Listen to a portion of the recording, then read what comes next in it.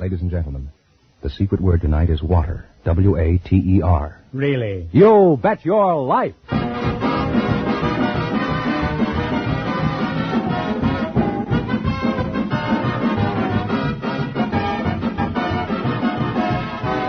The DeSoto Plymouth Dealers of America present Groucho Marx in You Bet Your Life, the comedy quiz series produced and transcribed from Hollywood. And here he is, the one, the only... I thought he went with a wild goose goes. Oh, that's me, Groucho Marx.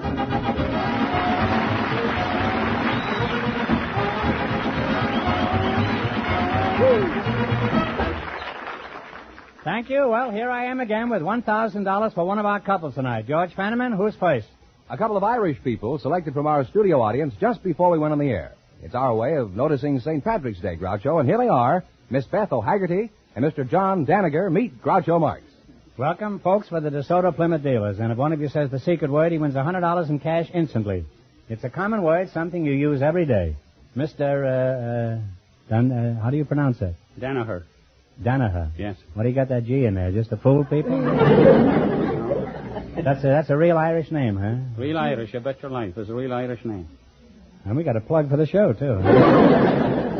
Where are you from, Paddy, me lad? I'm from Roscommon on the banks of the Shannon in the west part of Ireland. Mm-hmm. Well, it sounds pretty authentic, huh? How long since you were in Ireland? 42 years. And after all these years, you still have a touch of the old sod? You betcha. Yes, sir. Have you tried Fell's Naphtha and a good stiff brush?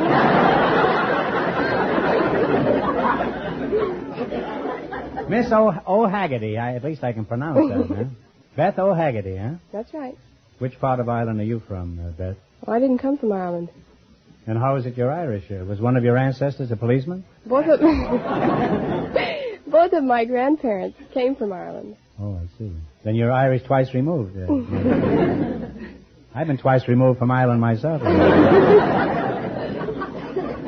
if you're not from Ireland, where are you from, Miss O'Haggerty? I'm from Los Angeles. Well, you're a fine-looking lass. Thank you. Why is it you're not married, Beth? Beautiful girl like you. Oh, I just never found any man that was strong enough to take me away from my job, my career. What are you, a wrestler?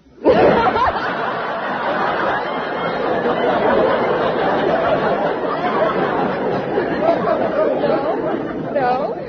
What is this tenacious job that you stick to like adhesive tape, huh? Well, at present, it's secretary in the tax and insurance department at Paramount. Yeah, I was there a couple weeks ago. I did a scene in Bing Crosby's picture, Mr. Music. Yeah. You didn't see me tripping the light fantastic there. Well, my job doesn't have much contact with his talent. Well, mine doesn't either. But nevertheless, I'm in that picture. Huh? How old are you, Mr. Doniger? 60 years. 60? Well, you don't look it. Huh? You're a fine broth of a boy. And when I say broth, I don't mean Irish stew, huh? Well, you're a little old here for Beth, aren't you, huh? I think so. I really think I am. But besides, I'm married. Well, then it's not very important, huh? How did you meet your spouse, Johnny? Well, it's well, about... There's more to it than that, I hope. It's about 45 years ago. It was in a small town in the west of Ireland, and she was out on the street chasing a chicken. And you were doing the same thing, huh? When I caught the chicken, I took the chicken back and I put it in the hen house at the back of her house. And then I went back the next night and made my acquaintance, and, well, that's all. I'm married to her now anyway. What happened to the chicken? I don't know. I never made any inquiries. Patty, do you speak Gaelic? A little bit, not much. Well, could you give us a few words? Well, K Wiltu, Tama Gamai, K Wiltu Hain, Gamai, Garima Haikut, Tasur of Agan, can take a Risto. What does that mean, huh? Well, it means, good evening, how are you? Oh, fine, thank you, how are you? Where's your chicken tonight? I hope I'll see you again. Could you tell me a joke in Gaelic? No, I couldn't. I really couldn't tell it. I wouldn't be able to remember that. Now, what I could tell you is a short one in English, if it's any good to you.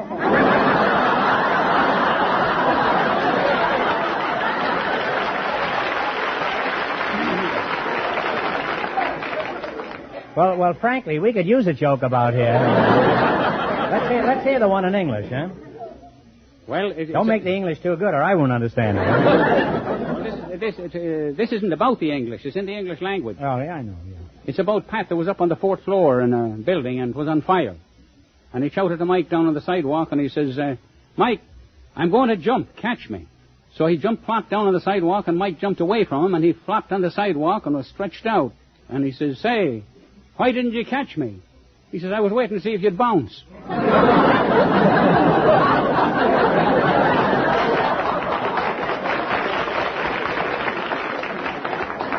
Well, Pat, if that joke is any indication, you're a much older man than I thought you were.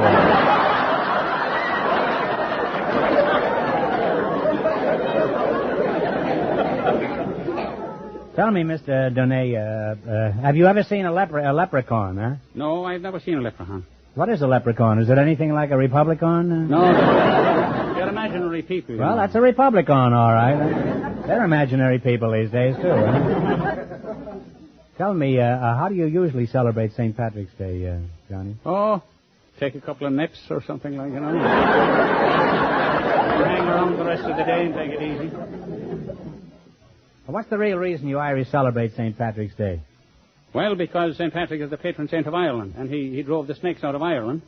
And where are they now? Huh? And then after a nip or two, I suppose they all came back again. Huh? Well, after talking to you two, all I can say is a happy St. Patrick's Day to you both. Now, in just 1 minute, you're going to work together for a chance at $1,000. You bet your life.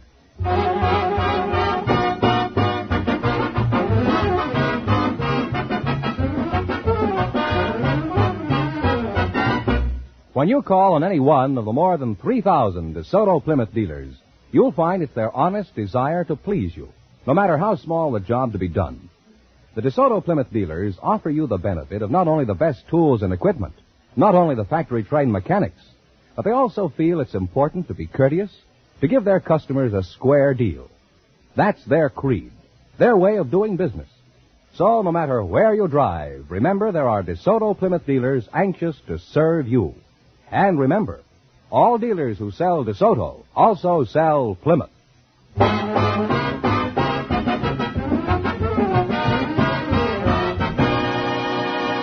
Now let's see if an Irish Colleen and her partner will be the ones who get the chance at the DeSoto Plymouth $1,000 question. Fenneman, bring them up to date on the rules. Each of our 3 couples has $20. They bet as much of that 20 as they want on each of 4 questions.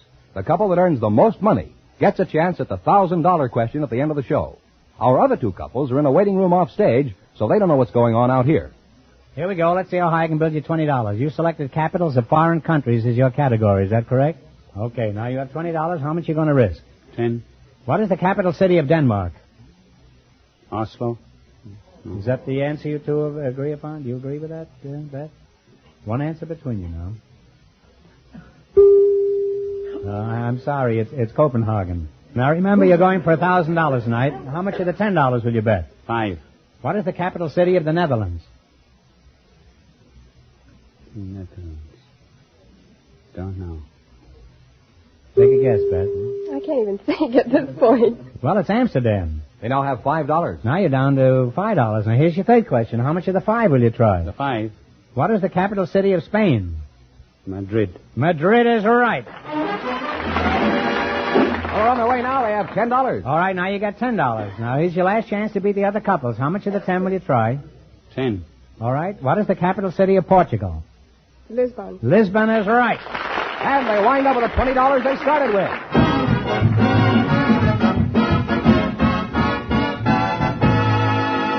Thanks and good luck from the DeSoto Plymouth dealers. Now don't go away. You may get a chance at the big question. Groucho, the secret word is still water. Perhaps the next couple will say it.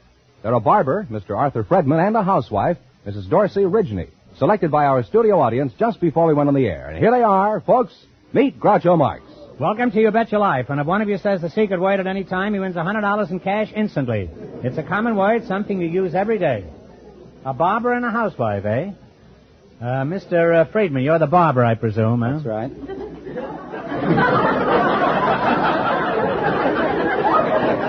Well, there are lady barbers, you know. Where are you from, Mr. Friedman? 1533 Vine Street, side of Orr's Barber Shop. Is that where you were born? Huh? Minneapolis, Minnesota. I thought perhaps you were born on the third chair as you come in. Huh?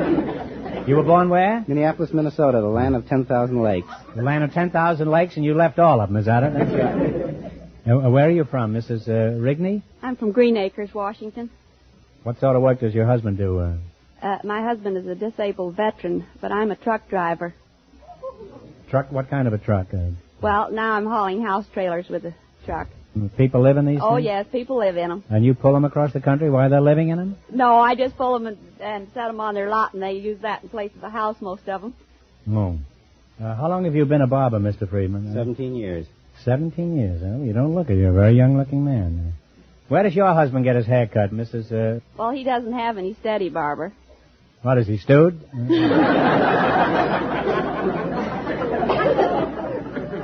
Do your customers ever ask you what's a good way for a man to save his hair, Mr. Friedman? Yes, they do. Well, what do you tell them? Put it in the cigar box.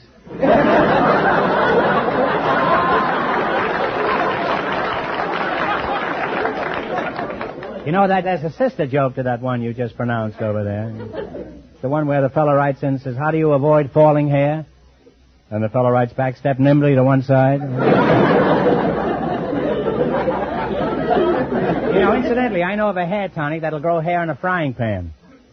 But who wants a hairy frying pan? No joke, but then this is a very old frying pan.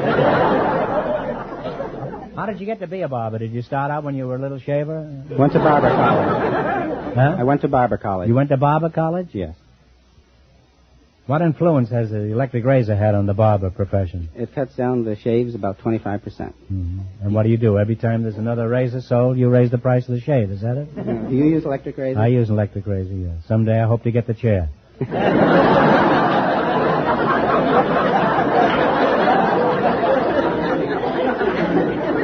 You know, there's something I've always wanted to know. Where do you get all these old magazines for your customers? We don't have old Are you magazines. buying from dentists? We don't have. Or are you in business for yourself, huh? Where do you get them? You don't have old magazines? No. Well, if one of your customers brings in the latest issue of Look magazine, be sure to see it, will you? There's a flattering piece about me and our show in the current Look magazine. Or maybe it'll help them forget that they just lost your ears in your barber shop. Huh? Why is it women don't get bald as often as men, Mr. Friedman? Well, the female is different than the male.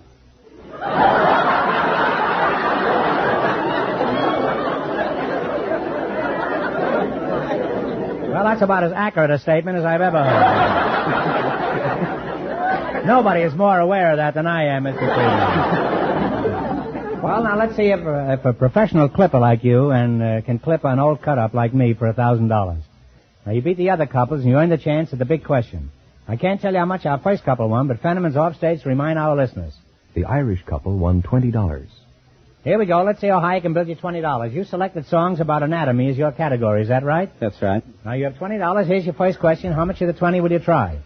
10. What's the name of this song? Okay, Jerry.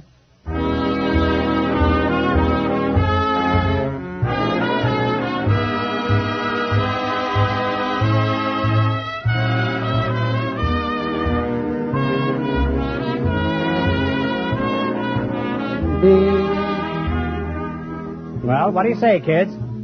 What do you say? I'm If sorry. the smoke gets in your eyes, huh? Now remember, you're going for $1,000 tonight. That's the big prize anyway. Now, how much of the $10 will you try? 5. $5. Give me the title of this song. Play, Jerry. Tiptoe Through the Tulips is right, huh? They now have $15. All right, now you got $15. How much of the 15 will you try? 10. Okay, here's your third question. Let's see if you can identify this one for $10.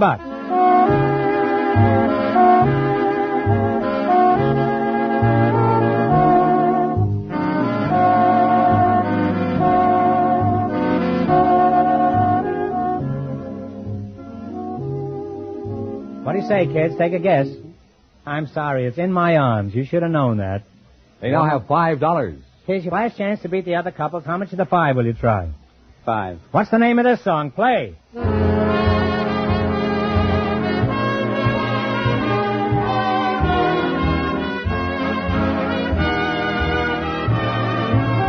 a guess.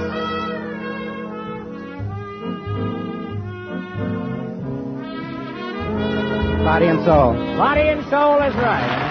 And they wind up with $10.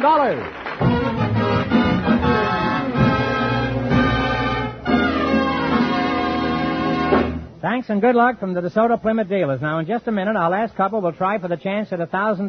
Fenneman, who's ahead? Well, the Irish couple is leading with $20. And the secret word is still water. Perhaps the next couple will say it. We invited some collectors from the Bureau of Internal Revenue and some Hollywood business managers to the show tonight.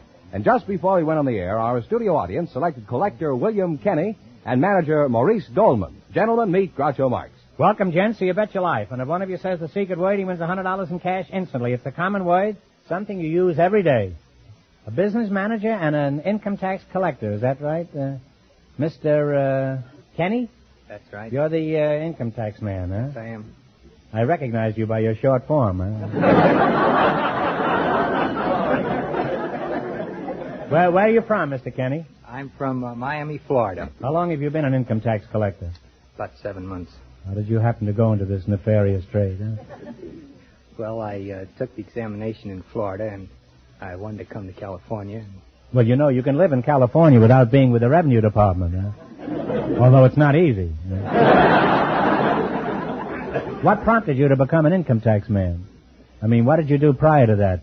I was a bank examiner for the federal government. Do you have a nickname, Mr. Kenny? Yes, What is it? at school they call me Frog. Why, did you hop around a lot in those days? Are you married, Froggy? Oh, yes, I am. And how helpful is marriage from the income tax standpoint? Well, this year, wife is worth $600. Well, everything's inflated these days. Is that alive, Mr. Kenny, or... Has to be alive, huh? She must be alive at the time of filing.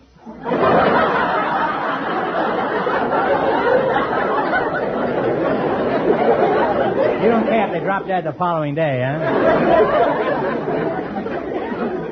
How about children? What are they worth? This year, kids are worth $600.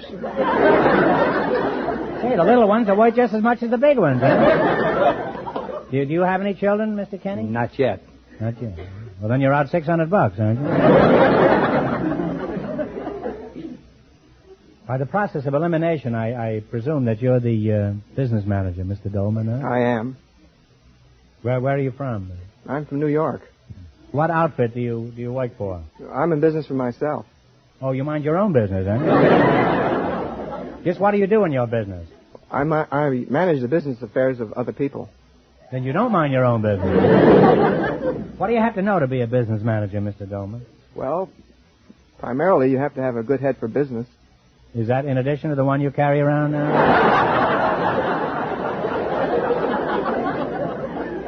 Well, Froggy, let's get back to you, huh? You're standing there dreaming of somebody you're going to soak tomorrow, huh? Specifically, what is your job with the Income Tax Department or the Bureau of Internal Revenue? Well, Pretty fancy name for a crooked outfit, huh?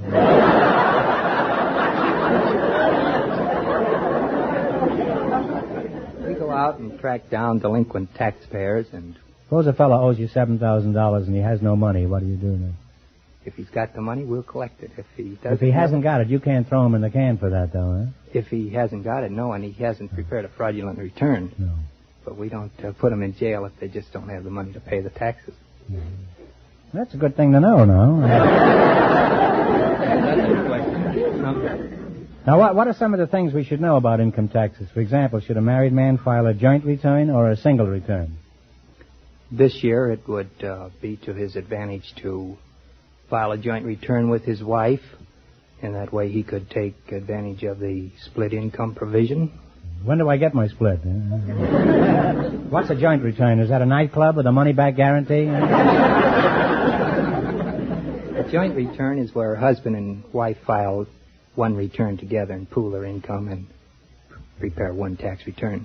Now, in filing a joint return, how much am I allowed as a deduction for myself? This year, you would be allowed $600 as head of the house. That's just fantasy on your part, you know.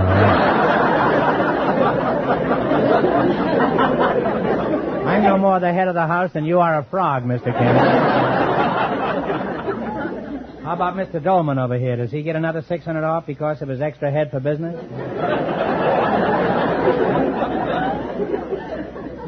Now, what is the difference, Froggy, between the short form and the long form? Well, the short form, the 1040A, you can That gets in at 11 o'clock, huh?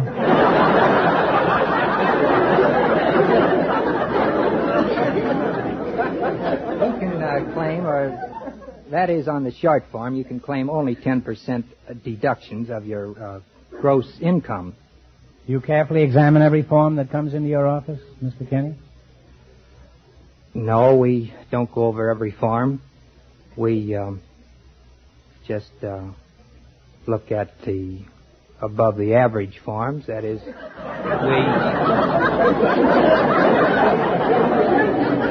You mean the ordinary form you don't pay any attention to? Well, would you like me to come down and just look at the average form for you? I'm not as calloused as you are, you know. Why don't you examine every form? Well, we just don't have the personnel to go over every form that goes in the office. But in regards to that, I want to add that we do pay particular attention to the forms that go into big figures.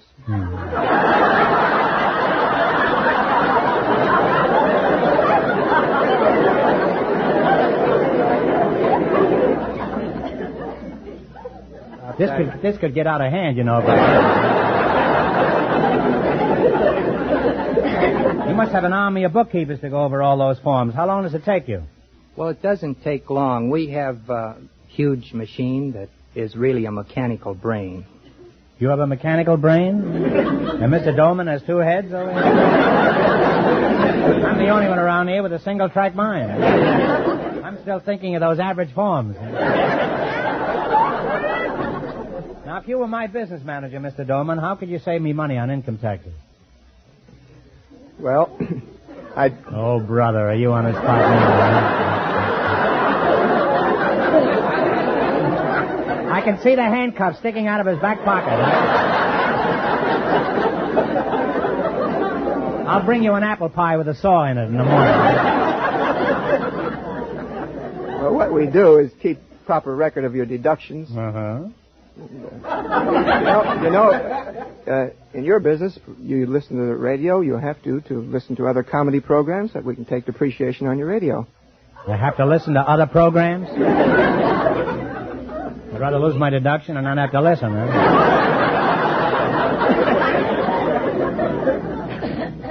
Now, suppose I was thinking of hiring you to help me take care of my business affairs, Mr. Dolman. I haven't any, but just pretend, huh? What would you want to know about me?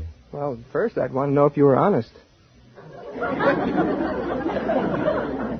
I were honest, I wouldn't need your help, Mr. Dolman.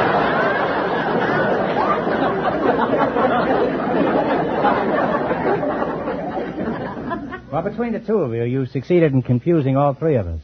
Now, you're going to try for a chance at $1,000. You beat the other two couples, and that's all you have to do. You're pretty smart fellas. I can't tell you how much they won, but Fenneman's going to remind our listeners. The Irish couple is ahead with $20. Here we go. Let's see how high you can build your $20. You selected instruments played by orchestra leaders as your category. Now, here's your first question. You have $20. How much will you try? We'll try for 10. Okay. What instrument does Harry James play? Trumpet. Trumpet is right. Off to a good start. They have $30. I want to warn you of one thing, boys. You know, if you win any money here tonight, you've got to put it on your tax. Remember, you're going for $1,000 tonight. Now, how much of the 30 will you try? 20. What instrument does Gene Krupa play? Drums. The drums is right. Huh? They're climbing now. They have $50. All right, you got $50. Here's your third question. How much of the 50? 40. What instrument does Tommy Dorsey play? Trombone. Trombone is right. They're way up there now. They have $90. Well, you slid right into that one with the trombone. Now, you got $90. Here's your last chance to beat the other couples. How much will you bet? Shoot the works. What instrument does Carmen Cavallero play? Piano. The piano is right. And they wind up with $180. And that means the tax man and the business manager get the chance at the DeSoto Plymouth $1,000 question.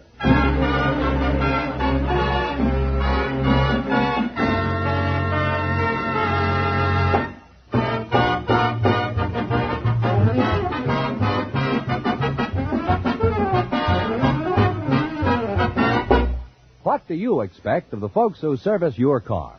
Efficient service? Courteous service? Service at a fair price? Well, you get them all when you visit one of the more than 3,000 DeSoto Plymouth dealers. You'll find they're not only ready and willing, but able to give your car the very best in service. And that goes for the major repair jobs as well as the simpler ones.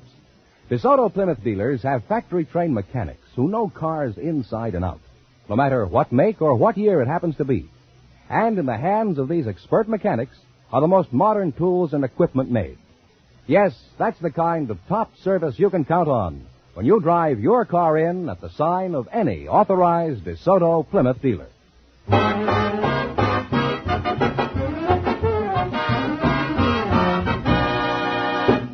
And here is the tax man and the business manager, the winning couple, all ready for the DeSoto Plymouth $1,000 question, Groucho. Here we go for $1,000. Ready? I'll give you 15 seconds to decide on a single answer between you and think carefully.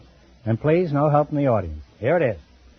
In 1777, the American Army defeated the British under General Burgoyne in what has become one of the truly decisive battles of world history.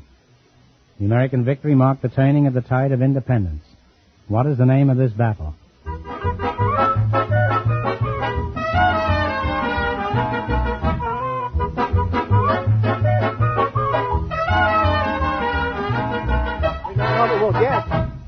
Okay, now what is the answer you two have decided upon, and talk right up into the microphone? Battle of Yorktown? No, I'm sorry. It's the battle of Saratoga. Yeah. I'm sorry, that's the correct answer, so that means the big question next week will be worth $1,500. Well, you lost the big money, but you won how much? $180 in cash? Congratulations, and thanks to both of you.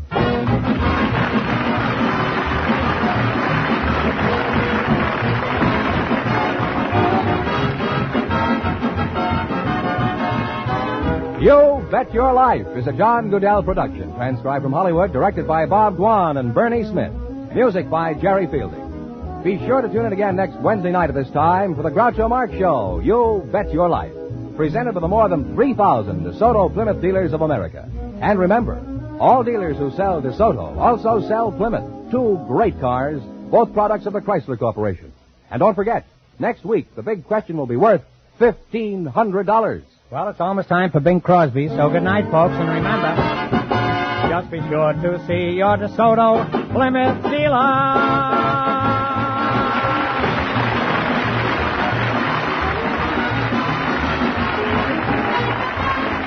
Folks, here's a reminder. Meeting human needs is the objective of all Red Cross services. Respond willingly to the 1950 Red Cross Fund campaign.